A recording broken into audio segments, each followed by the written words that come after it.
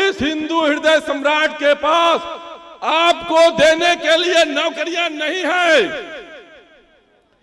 क्या कहता है? राम राज लाएंगे। क्या यही राम राज है? मैं चैलेंज के साथ कहता हूं कि अगर इस हिंदू हृदय सम्राट को 50 साल तक हिंदुस्तान की सत्ता दी जाए तो उसके बाद भी इसकी हैसियत नहीं है कि इस मुल्क की जीडीपी 27% ला सके जो औरंगजेब रहमतुल्लाह अलैह के दौर में हिंदुस्तान में। सूबे का मुखिया क्या कहता है? अहंकार में डूबा हुआ सूबे का मुखिया कहता है कि मुसलमानों को पाकिस्तान चले जाना चाहिए। क्यों? हिंदुस्तान तुम्हारी अम्मा दहेज में ले आई थी क्या? जिसको हिंदू राष्ट्र बनाना हो हिंदुस्तान से निकल जाए, नेपाल चला जाए, वह हिंदू राष्ट्र है।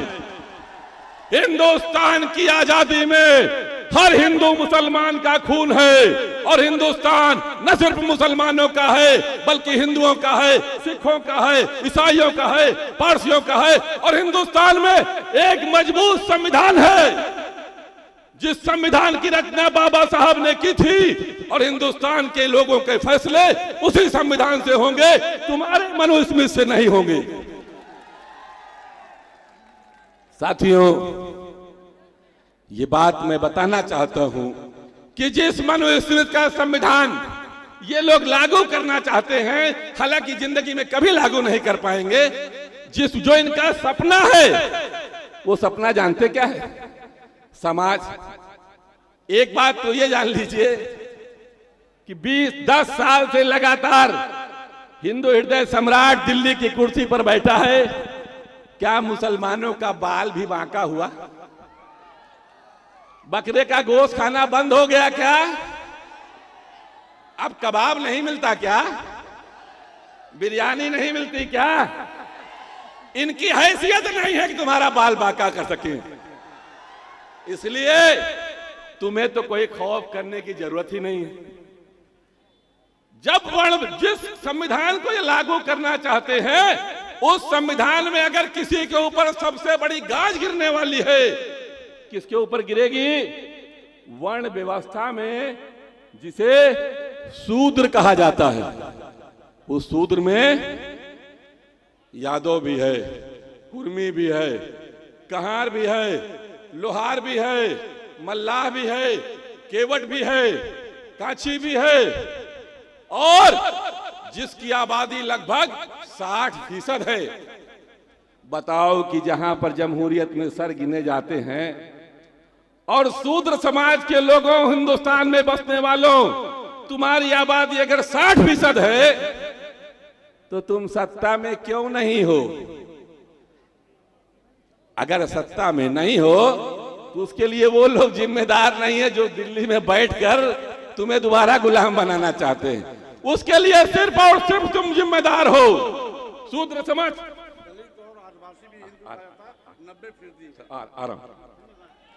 ये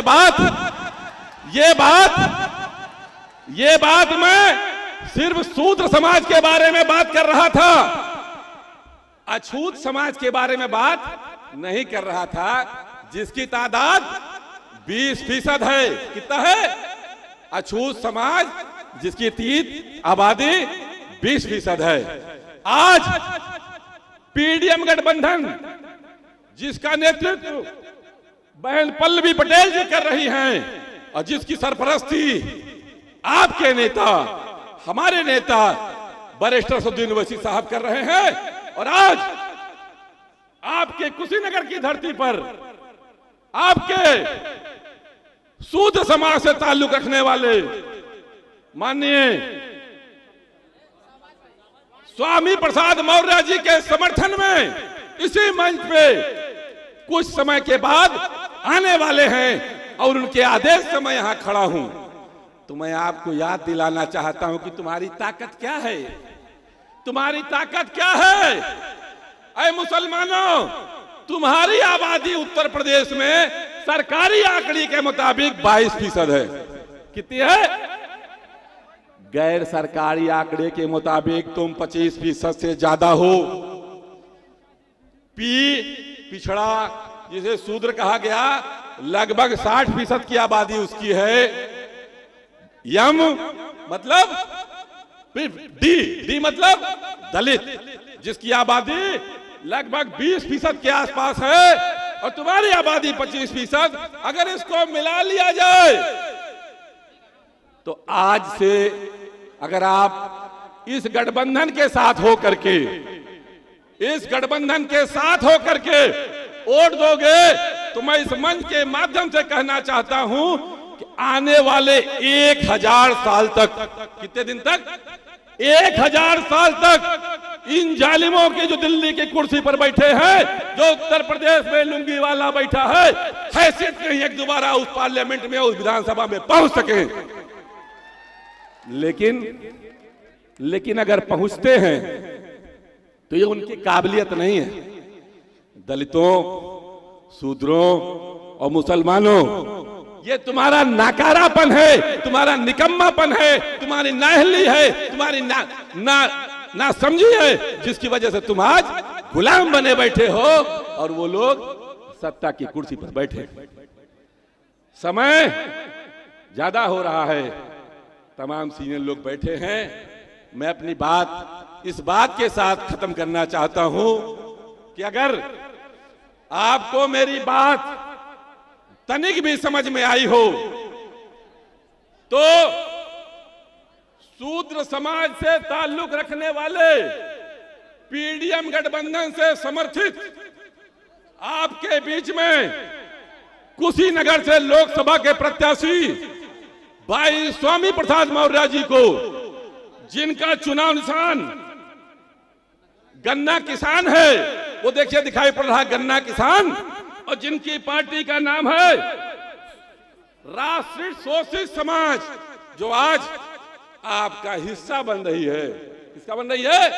आपके इस गठबंधन का हिस्सा बन रही है।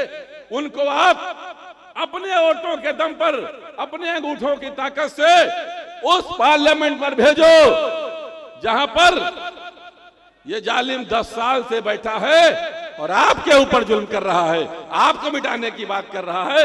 इन्हीं बातों के साथ मैं अपनी बात खत्म करता हूं। खुदा। बहुत बहुत धन्यवाद जनाब इसरार साहब, प्रदेश अध्यक्ष। आपने अपनी बातों में, तुम्हारी आबादी उत्तर प्रदेश में सरकारी आंकड़े के मुताबिक 22% है। कितनी है? गैर सरकारी आंकड़े के मुताबिक तुम 25% से ज्यादा हो। पिछड़ा, जिसे शूद्र कहा गया, लगभग 60% की आबादी उसकी है। यम मतलब डी मतलब दलित, जिसकी आबादी लगभग 20% के आसपास है, और तुम्हारी आबादी 25%। अगर इसको मिला लिया जाए तो आज से अगर आप इस गठबंधन के साथ हो करके वोट दोगे, तो मैं इस मंच के माध्यम से कहना चाहता हूं कि आने वाले 1000 साल तक, कितने दिन तक? 1000 साल तक इन जालिमों के जो दिल्ली की कुर्सी पर बैठे हैं, जो उत्तर प्रदेश में लुंगी वाला बैठा है, हैसियत नहीं एक दोबारा उस पार्लियामेंट में, उस विधानसभा में पहुंच सके। लेकिन अगर पहुंचते हैं तो ये उनकी काबिलियत नहीं है। दलितों, शूद्रों और मुसलमानों, ये तुम्हारा नाकारापन है, तुम्हारा निकम्मापन है, तुम्हारी नाअहली है, तुम्हारी ना समझी है, जिसकी वजह से तुम आज गुलाम बने बैठे हो और वो लोग सत्ता की कुर्सी पर बैठे। समय ज्यादा हो रहा है, तमाम सीनियर लोग बैठे हैं। मैं अपनी बात इस बात के साथ खत्म करना चाहता हूं कि अगर आपको मेरी बात तनिक भी समझ में आई हो तो शूद्र समाज से ताल्लुक रखने वाले पीडीएम गठबंधन से समर्थित आपके बीच में कुशीनगर से लोकसभा के प्रत्याशी भाई स्वामी प्रसाद मौर्य जी को, जिनका चुनाव निशान गन्ना किसान है, वो देखिए दिखाई पड़ रहा है गन्ना किसान, और जिनकी पार्टी का नाम है राष्ट्रीय शोषित समाज, जो आज आपका हिस्सा बन रही है। किसका बन रही है? आपके इस गठबंधन का हिस्सा बन रही है। उनको आप अपने वोटों के दम पर, अपने अंगूठों की ताकत से उस पार्लियामेंट पर भेजो जहां पर ये जालिम 10 साल से बैठा है और आपके ऊपर जुल्म कर रहा है, आपको मिटाने की बात कर रहा है। इन्हीं बातों के साथ मैं अपनी बात खत्म करता हूं। खुदा हाफिज। बहुत बहुत धन्यवाद जनाब इसरार साहब, प्रदेश अध्यक्ष। आपने अपनी बातों में